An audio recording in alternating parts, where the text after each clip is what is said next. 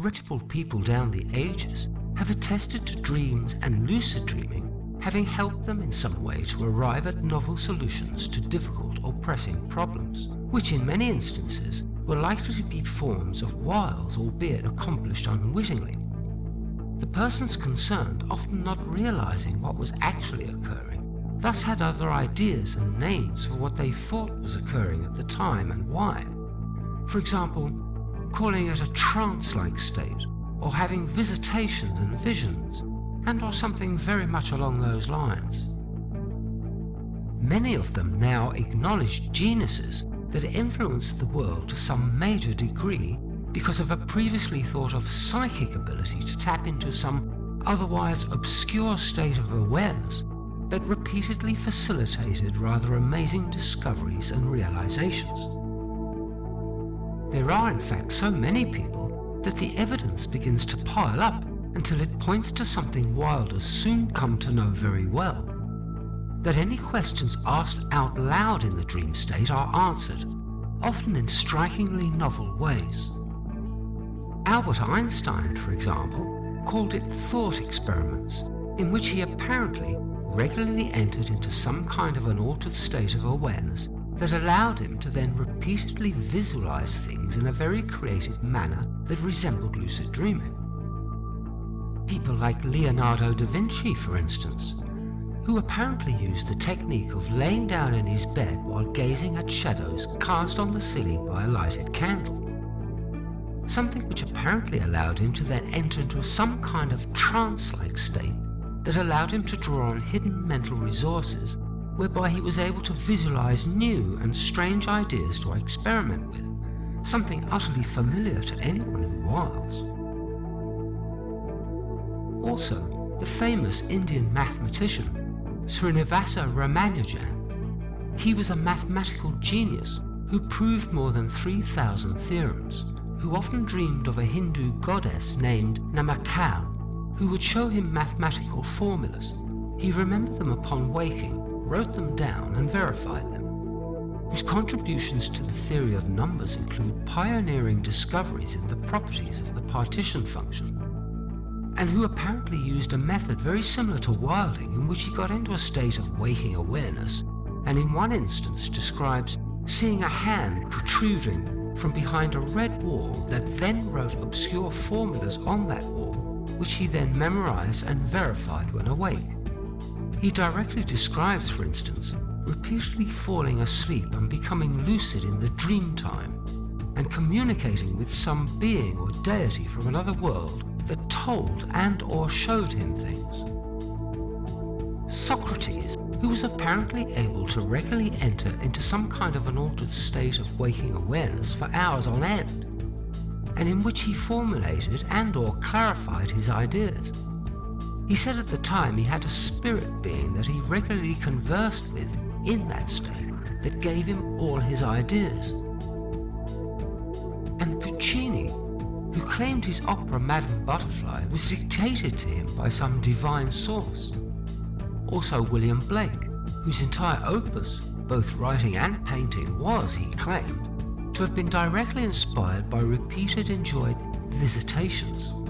And Brahms, who claimed all his music came from something beyond himself and which he merely copied down. Another being Nikola Tesla, who wrote about being able to deliberately visualize in his mind complex engineering problems he was then able to run and experiment with while looking for flaws in its plans, and whilst being in some kind of altered state of consciousness. He said, for example, that he was in communication with otherworldly beings, and quite a few others too, all of whom appear to have been able to access some more active area of their imaginations to come up with often startlingly new concepts and ideas from what they call daydreaming. There's lots of them. Stephen King, the king of horror, who saw the link between writing and dreaming, and who endorses creative sleep to train your waking mind to sleep creatively and work out vividly imagined waking dreams. So many of King's works have been the result of dreams, including Dreamcatcher, the idea of which came to him after he began having vivid dreams, and a movie called Insomnia, which has lucid dreaming themes running the whole way through. Thomas Edison is another one, a prolific inventor inspired by dreams. Lucid dreaming wasn't recognized in his time, but what he did do was to induce hypnagogia. Edison found his creativity in this state, apparently deliberately holding ball bearings in his hand that would drop onto a tin plate if he fell asleep and his grip loosened, thus waking him back up, a technique also used by the Tibetan Buddhists, so those were definitely wiles. Salvador Dali was another directly influenced by lucid dreams. His surreal paintings are literally out of this world, and although he's another famous figure who lived before lucid dreaming became an accepted term, he had definitely already unlocked the door to lucidity, even encouraging it by explaining in his book of 50 Secrets how he reached it. The planet Uranus was discovered by William Herschel in a dream. Stravinsky, Wagner and Beethoven heard musical compositions from fragments to entire canons in their dreams. Bob Dylan apparently composed music from his dreams. John Lennon too apparently lucid dreamed. He said that music came into his head. The movie Avatar was apparently dreamed in vivid detail by director James Cameron. Thomas Jefferson and John Adams attributed the philosophy contained within the Declaration of Independence to their dreams. The list goes on. There's just so many that it's impossible to ignore.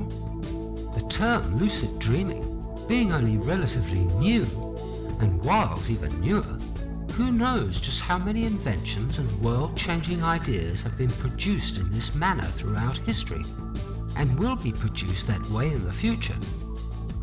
Other quite famous dreamers include Mary Shelley, the author of Frankenstein, who saw a scene of Dr. Frankenstein bringing life to his creation in her dream.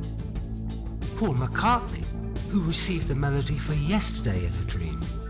In another dream which came to him during a difficult time in his life, his mother Mary came to him and said to him, "Let it be."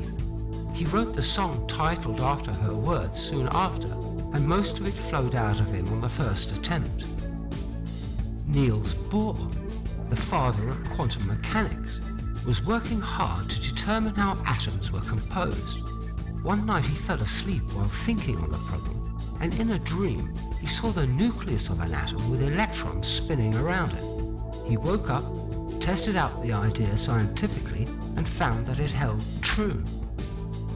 Elias Howe struggled with his idea for a sewing machine, particularly with the problem of where to place the hole in the needle. He dreamed of warriors carrying spears that were pierced through near their heads, which solved the problem for him. It was 4 o'clock in the morning when he awoke from the dream and jumped out of bed, and by 9 o'clock he had a good model of the needle with a hole near the point prepared.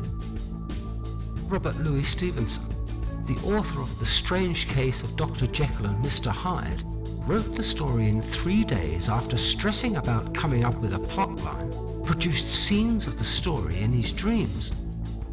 Otto Loewy won the Nobel Prize for his theory of the chemical transmission of nerve impulses, an idea which came to him in a dream.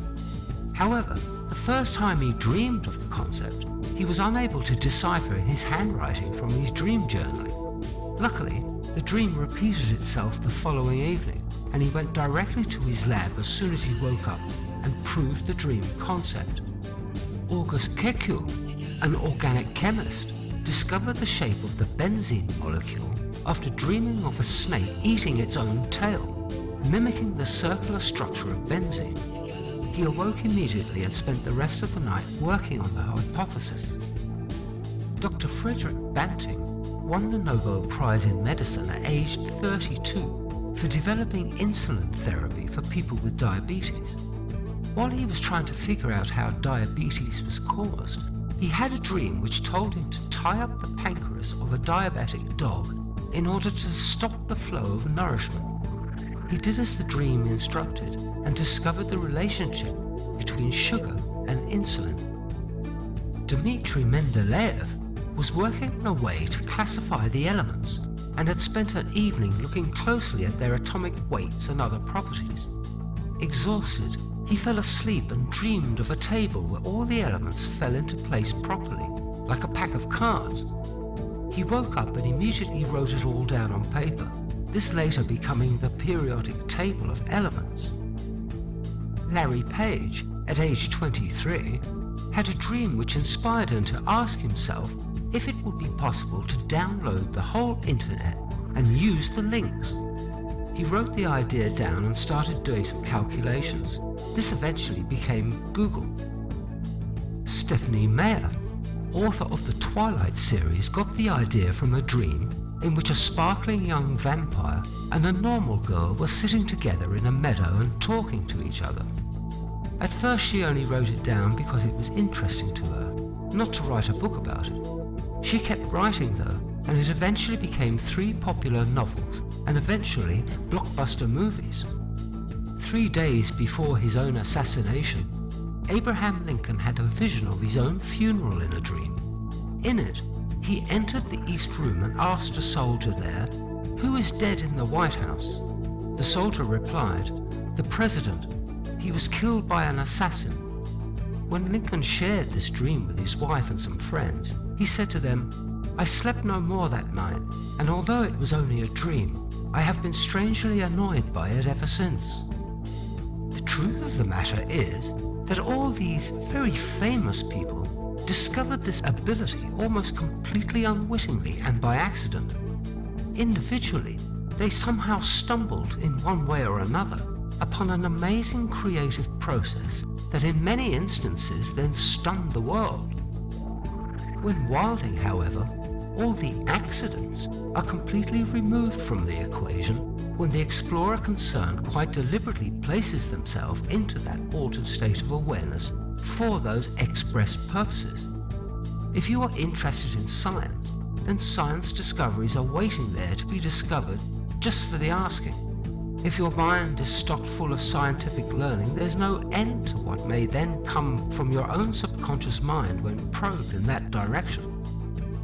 Artists too, like Salvador Dali did, will ask many questions of an esoteric nature and receive accordingly.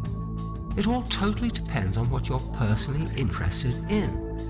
Ask sociological questions and you'll get sociological answers in return that will likely astound you with their insight.